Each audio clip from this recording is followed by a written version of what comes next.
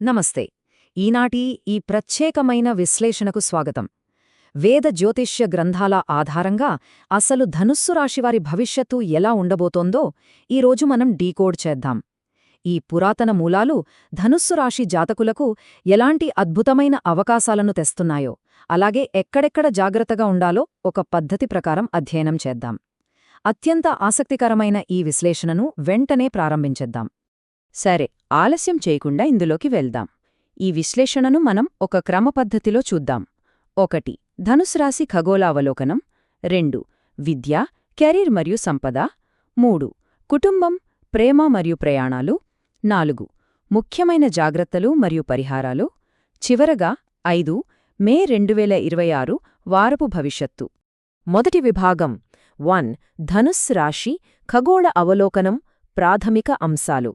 జ్యోతిష్యపరంగా అసలు ఈ రాశివారి ప్రాథమిక గుర్తింపు ఎలా ఉంటుందో గ్రంథాలు ఏం చెబుతున్నాయో చూద్దాం.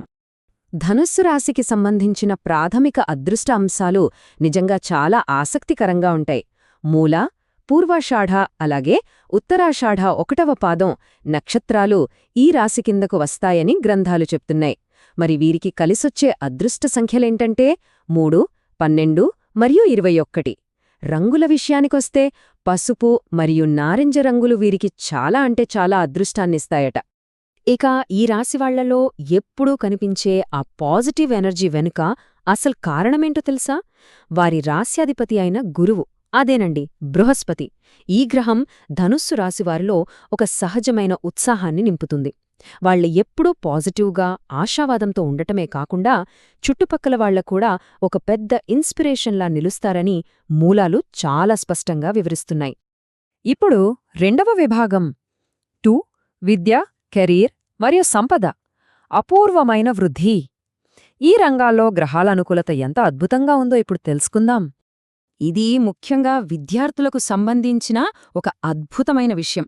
గ్రహాల అమరిక ఎంత ఫేవరబుల్గా ఉందంటే, సరైన గురువుల మార్గదర్శకత్వం కనుక దొరికితే చాలు.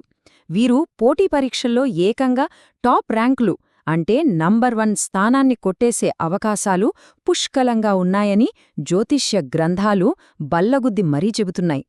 దీని బట్టి మనకి ఏం అర్థమవుతోందంటే, అటు విద్యార్థులే కాదు, ఇటు వృత్తి వ్యాపారాల్లో ఉన్నవాళ్లు కూడా ఊహించని రేంజ్లో పురోగతిని చూస్తారు.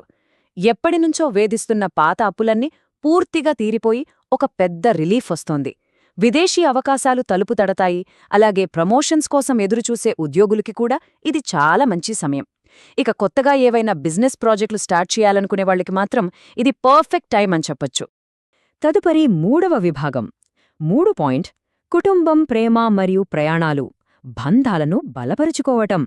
సామాజికంగా, వ్యక్తిగతంగా బంధాలు ఎలా ఉండబోతున్నాయో చూద్దాం. పర్సనల్ లైఫ్ విషయానికి వస్తే, సమాజంలో అత్యున్నత స్థాయిలో ఉన్న వ్యక్తులతో వీరికి కొత్త పరిచయాలు ఏర్పడతాయి.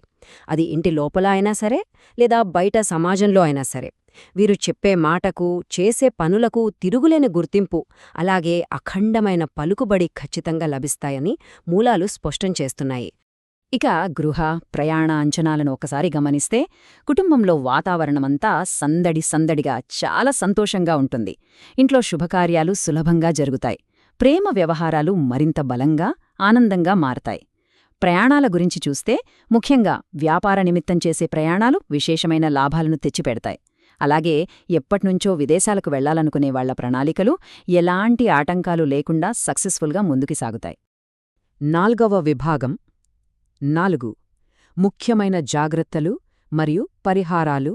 అదృష్టాన్ని నిలబెట్టుకోవడం. ఒకే నాణ్యానికి 2 ముఖాలున్నట్టుగా ఈ అదృష్టంతో పాటే కొన్ని జాగ్రత్తలు కూడా అవసరమని గ్రంథాలు వివరిస్తున్నాయి. సో ఇక్కడ అత్యంత కీలకమైన పాయింట్ ఏంటంటే, ఒకవైపు గురుగ్రహం వల్ల విపరీతమైన ఆశావాదం, ఉత్సాహముంటాయి, అంతా బాగానే ఉంది.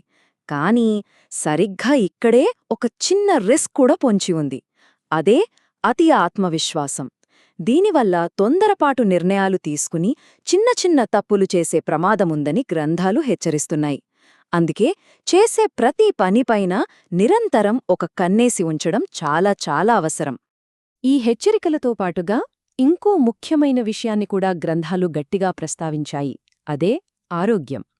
అదృష్టం మన వెన్నంటే ఉన్నప్పటికీ ధనుస్సు రాశివారు తమ ఆరోగ్యం పట్ల ఖచ్చితంగా ప్రత్యేక శ్రద్ధ తీసుకోవాలని, ఎట్టి పరిస్థితుల్లోనూ నిర్లక్ష్యం పనికిరాదని మూలాలు స్పష్టం చేస్తున్నాయి. మరి ఇలాంటి చిన్న చిన్న అడ్డంకులను దాటేసి ఉన్న అదృష్టాన్ని డబుల్ చేసుకోడానికి వేద గ్రంథాలు కొన్ని ఖచ్చితమైన పరిహారాలను కూడా సూచించాయి. అవేంటంటే, ప్రతి గురువారం దక్షిణామూర్తిని లేదా రాఘవేంద్రస్వామిని భక్తితో పూజించడం, అలాగే పసుపు దానం చేయడం, ముఖ్యంగా శనగలు దానం చేయడం. ఇలా చేయడం వల్ల అదృష్టం అమాంతం రెట్టింపవుతుందని ఈ మూలాలు చెబుతున్నాయి.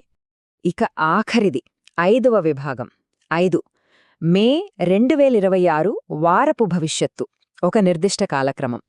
ఇప్పటిదాకా చెప్పుకున్న సాధారణ అంచనాలను ఒక నిర్దిష్టమైన వారానికి అప్లై చేసి చూద్దాం. ఈ అంచనాల్లో గ్రంథాలు ఒక వారం గురించి చాలా స్పెసిఫిక్గా మెన్షన్ చేశాయి. ముఖ్యంగా మే 28 గురువారం ఈ వారంలో అత్యుత్తమ దినమని నేరుగా చెప్పడం విశేషం. ఈ వారం మొత్తం ఉన్నత విద్య, పరిశోధన, తత్వం మరియు ఆధ్యాత్మిక రంగాలకు చెందిన వారికి అద్భుతంగా కలిసివస్తుందని స్పష్టం చేశారు. సరే, మే 24 నుంచి మే 30 వరకు అసలు రోజువారీగా ఏం జరుగుతుందో చూద్దాం. ఆది సోమవారాల్లో అంటే మే 24, 25 తేదీల్లో విద్య మరియు జ్ఞానార్జన పరంగా మంచి ప్రగతి ఉంటుంది. ఆ తర్వాత మంగళ బుధవారాల్లో విదేశీ వ్యవహారాలు, ప్రయాణాలకు సంబంధించిన పనులు చకచకా సాగుతాయి. ఇక మే 28, 29 గురు శుక్రవారాల్లో చూస్తే సాక్షాత్తు ఆ గురువు యొక్క శుభప్రభావంతో, దైవానుగ్రహంతో అంతా అనుకూలంగానే జరుగుతుంది. కాని శనివారం మే 30వ తేదీన మాత్రం కాస్త జాగ్రత్త. అతి ఆత్మవిశ్వాసంతో వ్యవహరిస్తే ఇబ్బందులు వస్తాయి. కాబట్టి చాలా మితంగా ఉండటం అవసరం. ఇక ఇదంతా చూశాక మనకు వచ్చే ఒక పెద్ద ప్రశ్న ఏంటంటే, అతి ఆత్మవిశ్వాసాన్ని అదుపులో ఉంచుకోవడమే ధనుస్సు రాశివారు తమ పూర్తి సామర్థ్యాన్ని వెలికితీసే అసలైన కీలకాంశమా? ఖచ్చితంగా అవుననే అనిపిస్తుంది కదూ. గురుగ్రహమిచ్చే అద్భుతమైన సానుకూలతను వాడుకుంటూనే ఆ ఓవర్ కాన్ఫిడెన్స్ని బ్యాలెన్స్ చేసుకుంటే జీవితంలో గొప్ప విజయాలు సాధించవచ్చని సులభంగా అర్థం చేసుకోవచ్చు. వేద జ్యోతిష్య గ్రంథాల ఆధారంగా చేసిన ఈ ఆసక్తికరమైన విశ్లేషణను ఇక్కడితో ముగిద్దాం. మళ్ళీ మరొక అద్భుతమైన సమాచారంతో కలుద్దాం.